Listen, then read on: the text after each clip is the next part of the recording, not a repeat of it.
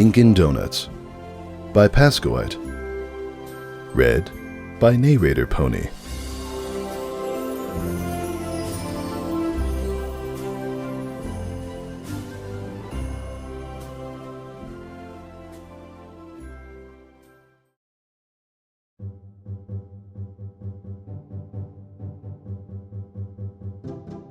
Sometimes, fillies awaken with a great sense of portent for the day. Their eyes flick open with a blink and a wink, and they trundle to the washroom with less of the mundane on their minds, and more of the endless possibilities that an absence of expectations might provide. What a delightful irony, if one could appreciate such, that the most promise came from a day with no plan. On such a limitless morning, Dinky sat up in bed, and felt right down to the little scuff on the front left corner of the front left hoof of the front left leg in the front left fold of her blanket, that today held just that much more in store. Hearth's warming eve, and she would certainly divine the best present idea for the best mother ever. For fillies never doubt such things and strain the little cogwheels and the thought mechanisms always running in their minds. No, Providence had a way of giving them just what they needed, just when they needed it, or so her experience had gone each of the last 4 hearth-warming eves. And since she could only remember 4 hearth-warming eves, a perfect track record bespoke no possibility of error. Thus, she held her head high on the way down the hall. With a splish-splash of her washcloth, a swish-swash of her toothbrush, and a swoosh of a comb, Dinky emerged ready to conquer her one charge. Find a present suitable for her mother. Today, I will do it, she said, snapping a terse nod at whatever fates might be observing. Today, I will give my mommy the perfect gift. Last year, the perfect gift had been a hoof-made picture frame, but now it sat all flopsy-lopsided on the bookshelf, she noted as she arrived at the bottom of the stairs. Oh, how foolish to have thought that such a thing epitomized the pinnacle of craft's ponyship, but she wouldn't have known better at the time. What a silly filly to assume that so young, she could have captured the exemplar of hearth-warming gifts for years to come. A popsicle stick frame, indeed. But this year, she finally had it. Have a great day at school, Derpy called over her shoulder as she hustled out the door to begin her mail route. What a silly mommy. They didn't have school on Hearth-warming Eve. But no matter, better to have her mommy occupied so that Dinky could scheme in private. So with a skip-trot and a twirl for good measure, she arrived at the kitchen table, and like every Hearth-warming Eve before, all 4 she could remember anyway, the fates once again smiled down upon her.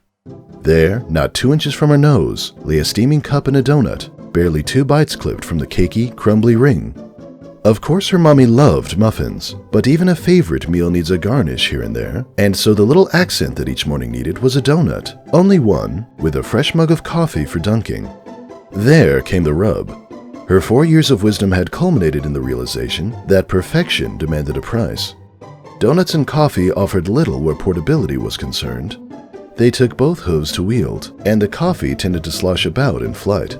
Thus, Derpy had to leave both behind when she pushed her schedule to the limits of its tensile strength. There they sat on the table, growing colder and more stale by the minute. No longer. Already her brain chugged and churned to solve this particular problem, no doubt one plaguing most of Equestria. Afterward, she could move on to lesser matters, like advising the princesses on international intrigue. But for now, they'd have to forego her keen intellect. Hearth's warming demanded it. The order of the day, 1 hoofed portable coffee and donuts. Almost instantly, an idea clinked and clanked around in her head, confounded only by the fact that she wasn't allowed to use the oven unsupervised. Any expert in her field, the properly humble ones at least, knew when to enlist a colleague's aid. To Pinkie Pies, then.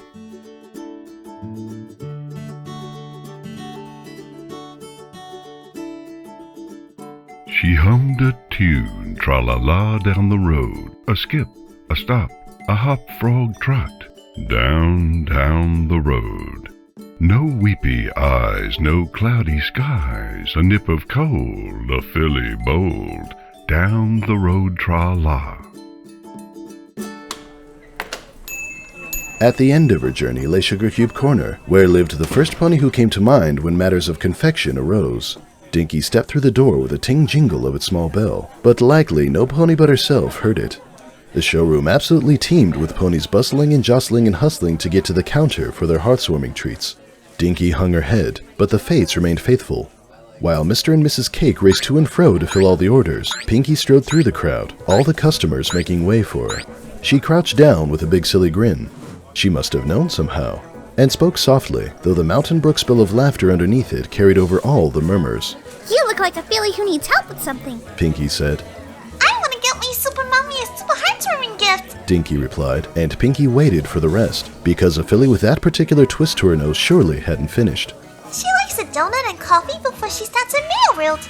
But so many mornings she runs out of time and has to leave it behind.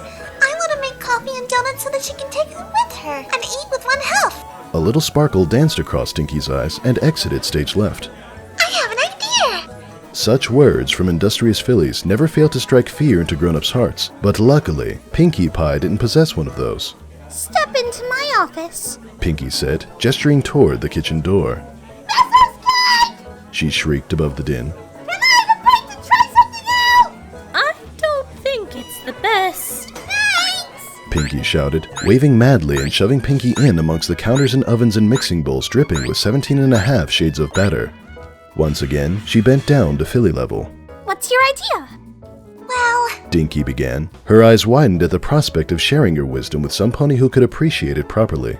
I thought we could inject the coffee into the donut, She poked one hoof into the other. so you could eat it all at once. Pinky hemmed and hawed and held a hoof to her chin. Yes. I think it could work, but we don't make donuts here. Let's try it with a cupcake. If that turns out well, we can go from there. Pinky plucked a perfect purple one from a muffin pan on the counter, then slid it down the maple surface until it came to rest just in front of a steaming coffee pot. A quick pirouette and a flick of the hoof had a full mug next to the cupcake. So Pinky took a bread knife, poked the tip ever so carefully into the top, and worked her way around its circumference. She pulled the cone-shaped cap off, and as Dinky watched, good thing she'd come to the right place for baking know-how, Pinky poured a tiny puddle into the cavity. Then 1 drip, 2 drips, 3 last drips for luck. The brown liquid disappeared almost instantly into the golden cake. Let's give her a sample. Pinkie Pie said. She lifted the cupcake high above her head so that it could shine its glory upon them. It collapsed into a pile of mush, slid off her hoof, and landed on the tile floor with a great big splat. I didn't expect that. Pinky said, her mouth contorting into a second-degree frown.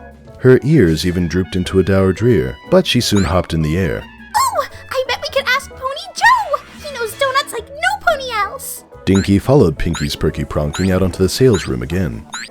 Back later, Mrs. Cake. Gotta go on a road trip to Canterlot. But Pinky, it's one of the busiest days of the year. Pinky somehow stopped in midair and peered down with the most intense stare Dinky had ever seen. Little Philly, baking emergency. Mrs. Cake forced a grin. Oh, okay. Does her mother mind? Of course not, and she wouldn't be home for hours anyway. But Pinky didn't wait to give an answer. To Canterlot, then!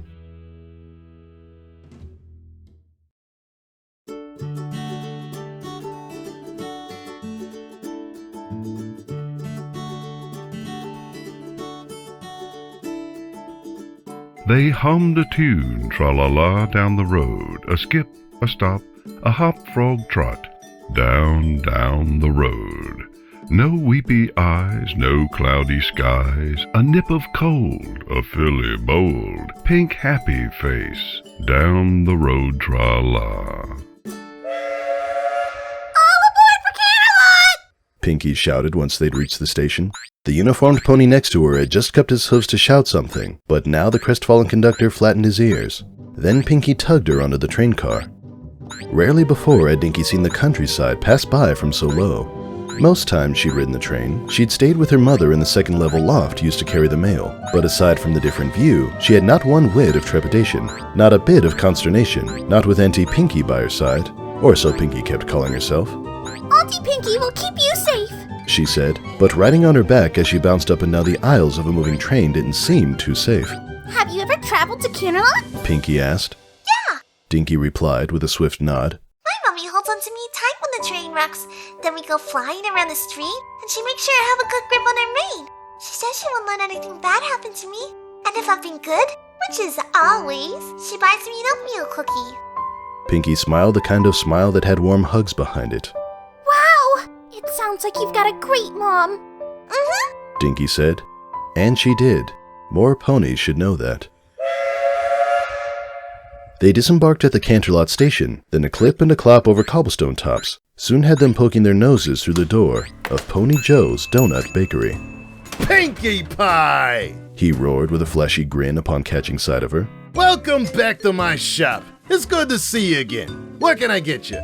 Pinkie ushered Dinky in, who took a deep, delicious breath with sprinkles on it, stood before the counter, and said, I want to get my super mommy a super heartwarming gift. She likes donut and coffee before she starts her mail route, but so many mornings she runs out of time and has to leave it behind. I want to make coffee and donuts that she can take with her and eat with one hoof. And pouring a little lake in the top didn't work for cupcakes. They got all mushy. Pinkie added, squashing her mane down to illustrate. But that's cupcakes. I figured you'd know more about donuts. Oh, I see. He answered in his grumbly growly voice as he wrinkled his forehead. Donuts can take the moisture better, but maybe we're going about this wrong. Come with me. Pony Joe made a grand sweep of his hoof and beckoned towards the swinging door to the kitchen, so Pinkie led Dinky into the back. And Dinky marveled at all the machines. Every counter, every shelf, a jelly jammer, a cruller crumper, a glazing gun, and a definitely decadent whipped cream dolloper. This year's model. Pony Joe followed her gaze into it and draped a foreleg over it. Yep, He replied, his eyebrows wiggling and waggling. my pride and joy. And this baby He jabbed an elbow toward it. is gonna solve all our problems. He immediately got to work. With a fluff puff of flour hovering above his head, he folded in sugar and cream and shortening, and some fresh ground coffee beans. He stirred and stirred, his madcap mixing mayhem threatening to get him airborne, until he unleashed a barrage of light brown liquid straight up into the air. On its trip back down, he walloped it with a baking sheet, smacking it into the dolloper's bin, and slamming the door shut before it could escape. Only a splotch of coffee brown on his apron commemorated his escapade. With a final flourish, Pony Joe flicked on the switch and leaned against the counter, his eyes closed, and an angelic smile just above his raised chin. Pinkie clapped.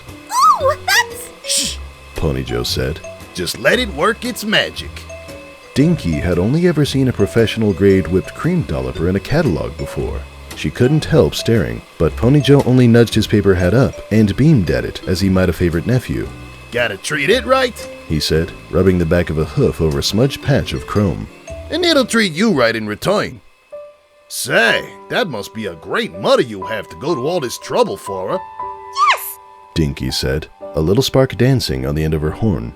She tells me every day that I'm her special filly, and I'll have a hug and kiss waiting for me when I get home from school. Good. He replied. Then we'll make sure to fix a wonderful donut for her. The shiny machine whisked and whirled, hummed and thrummed, Pinky's eyes widening the whole time.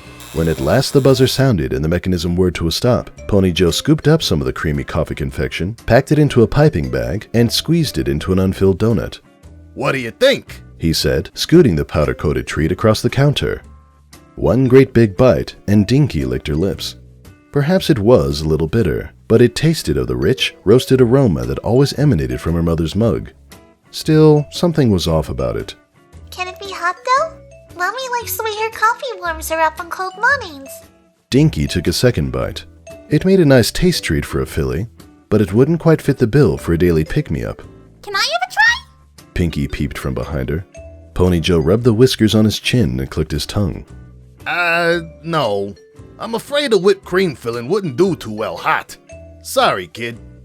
Tell you what, though. My friend Mulia Mild works with all kinds of fillings and toppings and icings. Fudge, fondue, fondant, you name it.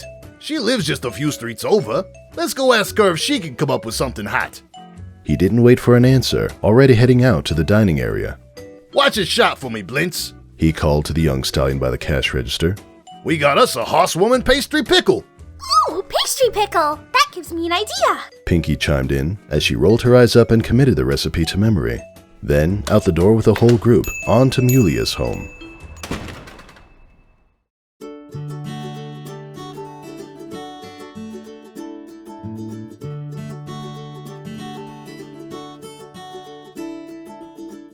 They hummed a tune, tra-la-la, down the road, a skip, a stop, a hop, frog, trot, down, down the road.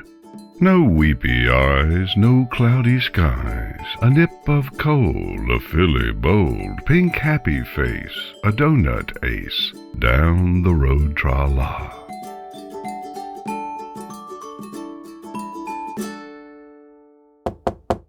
Pony Joe ambled up the front to Mulia's door and knocked thrice.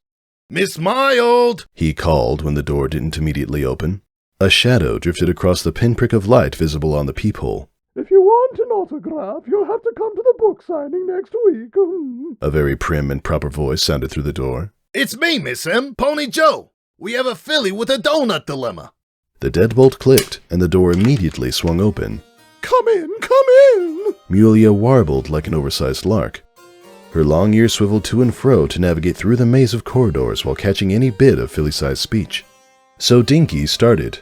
I want to give my super mommy a super heartwarming gift. She likes donut and coffee before she sets her meal route, but so many mornings she runs out of time and has to leave it behind. I want to make coffee and donuts she can take with her and eat with one hoof. And pouring a little lake in the top didn't work for cupcakes. It got all mushy. Pinky added. And whipping up a coffee cream filling got the flavor but not the warmth. Pony Joe finished. Mule Hooves went a clip-a-clop over the floors, just the same as Pony Hooves, but a little lower pitched, down the halls by all the walls, until they stood in a kitchen, every surface gleaming with polished ceramic and stainless steel.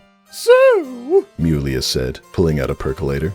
I see the problem. I wonder if we shouldn't approach it from the other side. Like...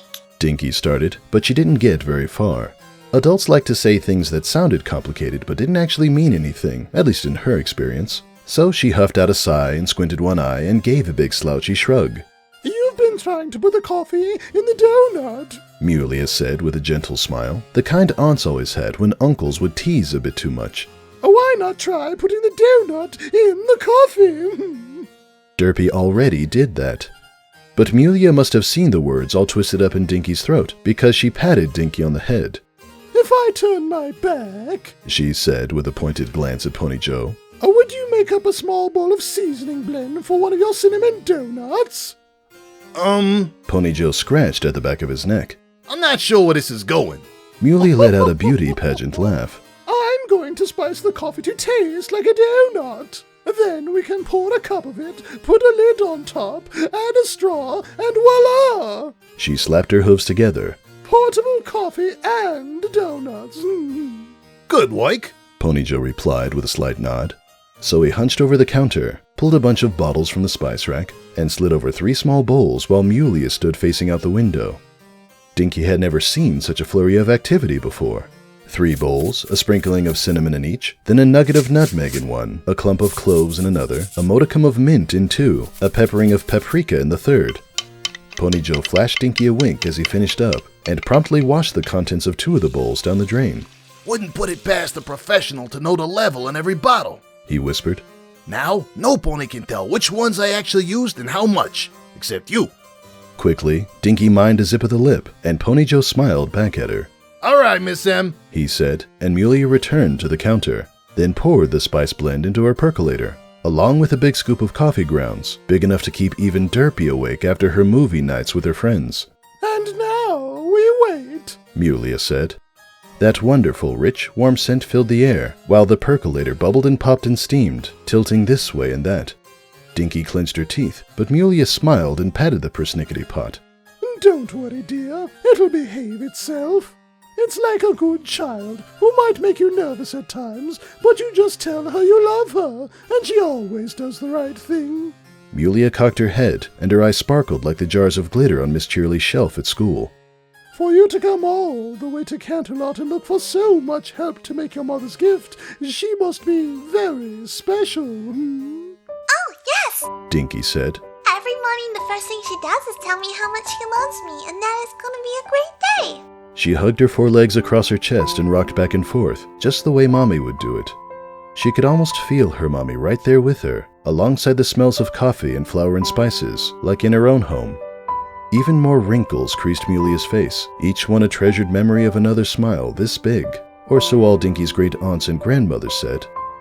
Mulia patted Dinky the same way she had her percolator, and as if prompted, the pot gave one last bubble and wheeze. Ah! Mulia reached for a cup and filled it halfway. There! Now we'll handle the lid and straw later. First, we must worry about the flavor. Dinky reached for it with a stutter stop, but Mulia slid the mug away. Give it a moment to cool, dear. All eyes remained on it, trying to pinpoint that moment when it would reach the temperature needed for safe tasting, as the steam clouds thinned out from cumulonimbus to stratus to cirrus. Naturally, the daughter of a Pegasus had long since learned to differentiate. Then, with barely a nod, Mulia pushed the cup back to her. Dinky sidled up to the counter's edge and tilted the mug towards herself, letting the savory waves lap against her lips while she breathed in the scintillating cinnamon spark scent. At last, she opened her mouth, and the tiny tide tantalized her tongue. A moment, 2 moments passed as she waited for the bouquet to blend with the taste and linger on to the after effects. She smiled. It's good. Everyone released a held breath, and Pinky bounced so high she almost dislodged a few pans from the overhead rack. Grins shone all around, and Mulia poured a cup for each. So Dinky drained her mug, and with that sweetly bitter smack of spice on her lips, she sank to her haunches with a well-earned slump of a task completed. And her stomach growled. The others had passed around cups and congratulations, but one by one they glanced at her, and as much as Dinky would have liked to maintain her blissful mien, she just couldn't. And one by one, their own grins faded. It tastes great. She said in response to their raised eyebrows. But it's not filling. Mommy needs a good breakfast, and without the actual donut, it's not a meal. Mulia heaved a hearty sigh and nodded, like a rocking chair in a spring zephyr. You're right, of course. Her ears tucked and tottered, pricked and pointed, but she didn't suggest anything else. In the end, she squinted out the window at the sun, beginning to dip toward the horizon. I believe we might need to think outside the box on this one. We didn't bring a box. Pinky started, but Mulia shimmy shook her head. Gustave the Grande often works right on the cutting edge of culinary science. Pinky reached for the knife block, her mouth all poised and primed to speak again, but Mulia once again forestalled her loquaciousness with a tap to her nose. I think he might have a few ideas on how to solve our little quandary. And he's in town to lead a cooking class this week. With nary a second wasted on waiting for an answer, the ensemble filed back outside, Mulia leading the way east and the sun at their backs. Off to see Gustave, then.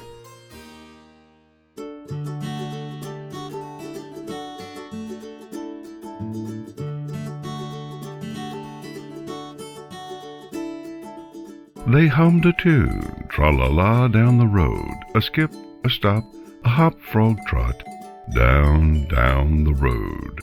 No weepy eyes, no cloudy skies, a nip of cold, a filly bold, pink happy face, a donut ace, a donkey's cheer, down the road tra-la.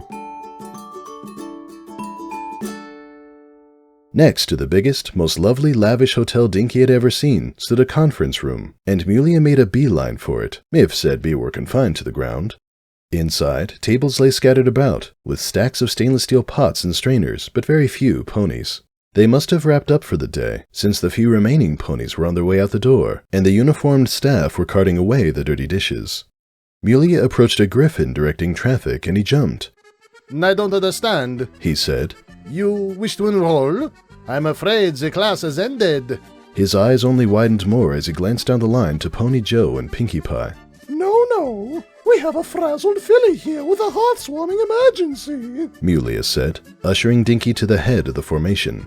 Ah! Gustave replied. He nodded tersely and took a seat at his demonstration counter. Please, tell me what is the problem. So Dinky started. I want to give my super mommy a super heartwarming gift. She likes donut and coffee before she starts her meal route, but so many mornings she runs out of time and has to leave it behind.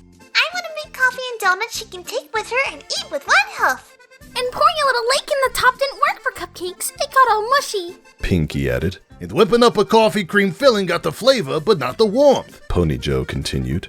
And flavoring the coffee like a donut lacks the substance to satisfy hunger. Mulia finished. Oh, that is quite the comestible conundrum, Gustave replied, with a rub of talon over beak. Pony Joe pulled his paper hat off and held it to his chest. Miss M figured you'd have some kind of newfangled way to combine the two. If not, Dinky might burst into tears, and I just can't stand to see a pony so sad. Pinky cried, a telltale trace of a tear already forming on her cheeks. She stared, sobbing, into the mirror sheen of a clean mixing bowl, then hid her face. I can stop! She keened. Gustave squeezed her shoulder gently, like a mustard bottle that might erupt all over a carrot dog if put under too much pressure. I have it! He said, his eyes glinting like the cutting edge Mulia had promised he possessed. With a wing-like flick and a tongue click, he waved a claw toward the chalkboard. Once again, I believe the current trend holds all the answers. It is all the rage right now. Deconstruction! Pony Joe scratched his head. Pinky tilted hers, but Mulia gasped. Do you mean? If Pony Joe and Pinkie Pie were stumped, a filly had no chance. But Gustave beckoned them in as if sharing a secret. You see, He said. it is like taking something apart.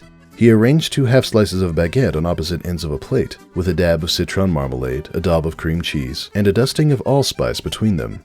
You may choose to assemble the parts yourself and eat what is commonplace, or you may enjoy them individually and gain a new appreciation for the whole. Then we should.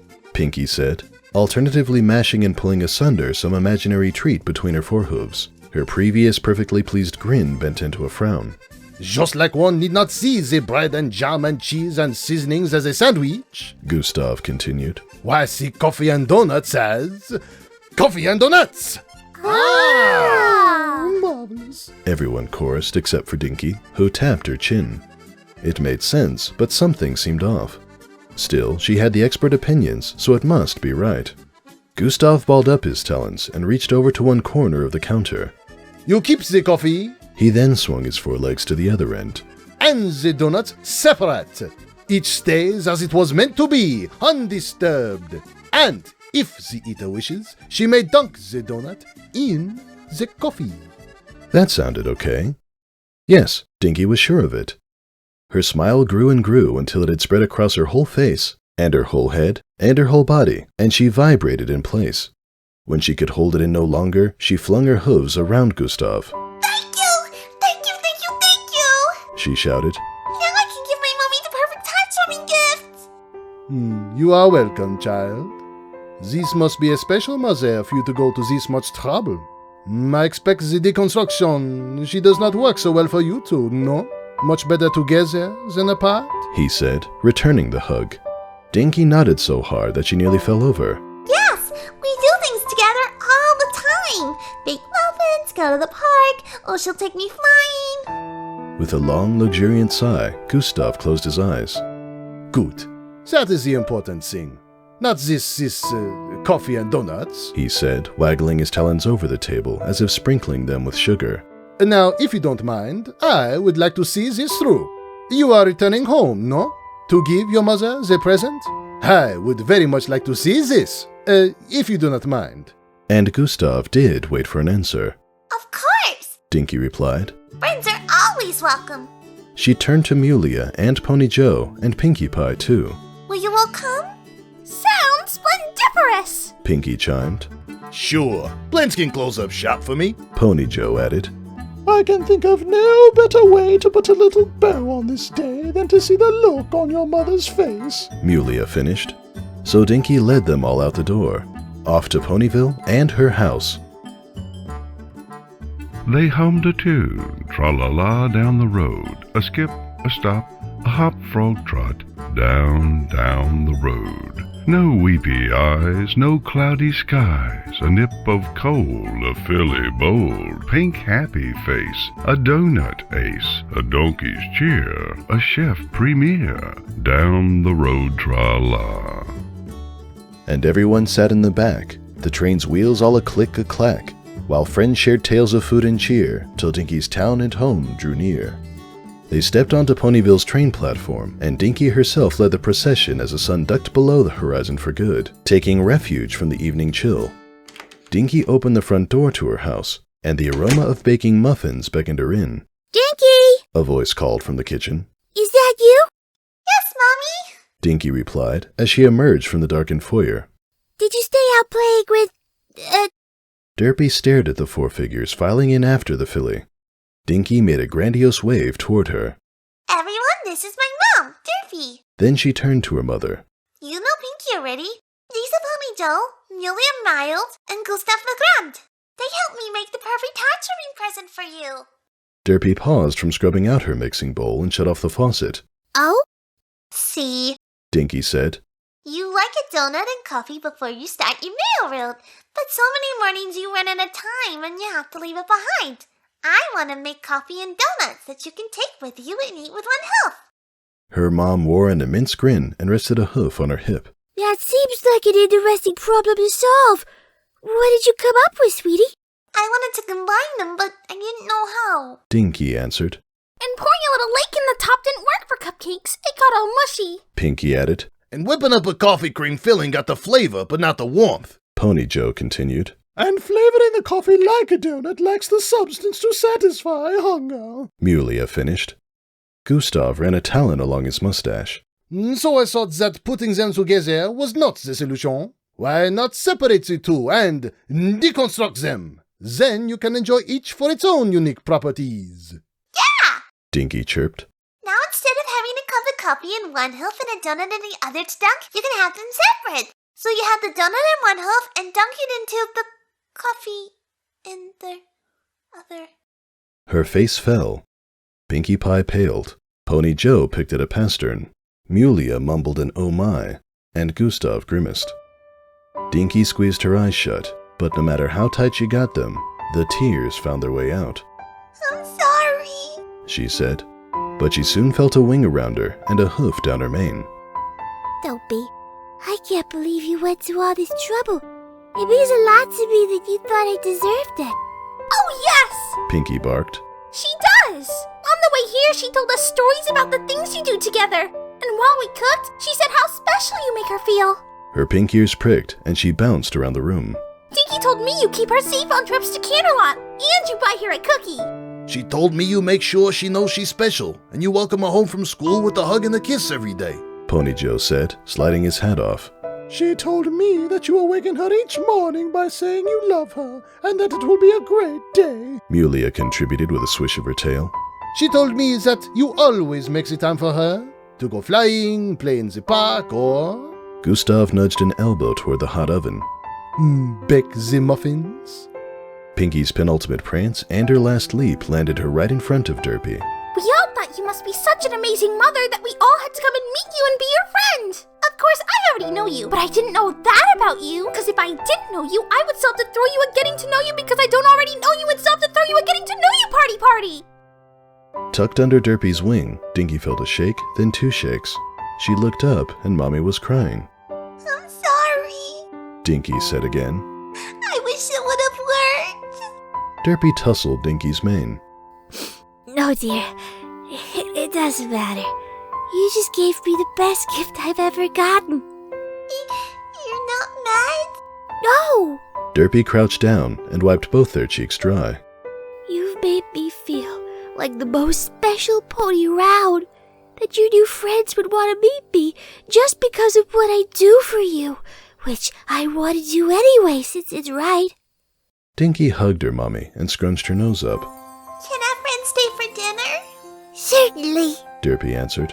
I have muffins, Pinky, and I was about to start in a carrot soup. I can handle the soup if you don't mind.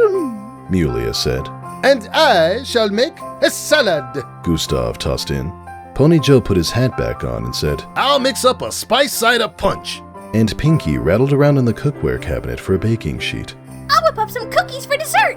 You go relax, and we'll have you a yummy-licious dinner lickety-split. So Dinky tugged on Derpy's wing. Their friends would handle everything, and led her mommy to the couch, where she could rest and slump and slouch. With two quick sighs and crooked eyes and tempting sense to appetize, Derpy hugged her daughter near and wiped away another tear. Happy hearts, Mommy, Dinky said. That's tomorrow, or we would have never pulled them She cocked her head toward the kitchen.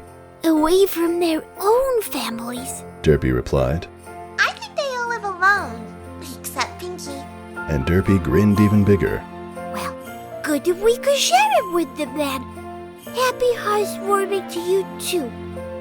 Dinky snuggled in as a cheery blaze crackled in the fireplace, and the stars twinkle-blinked on in the purple sky. 2 unicorns, a pegasus, an earth pony, a donkey, and a griffin, all enjoying each other's company. They would have no need to worry about Wendigos tonight.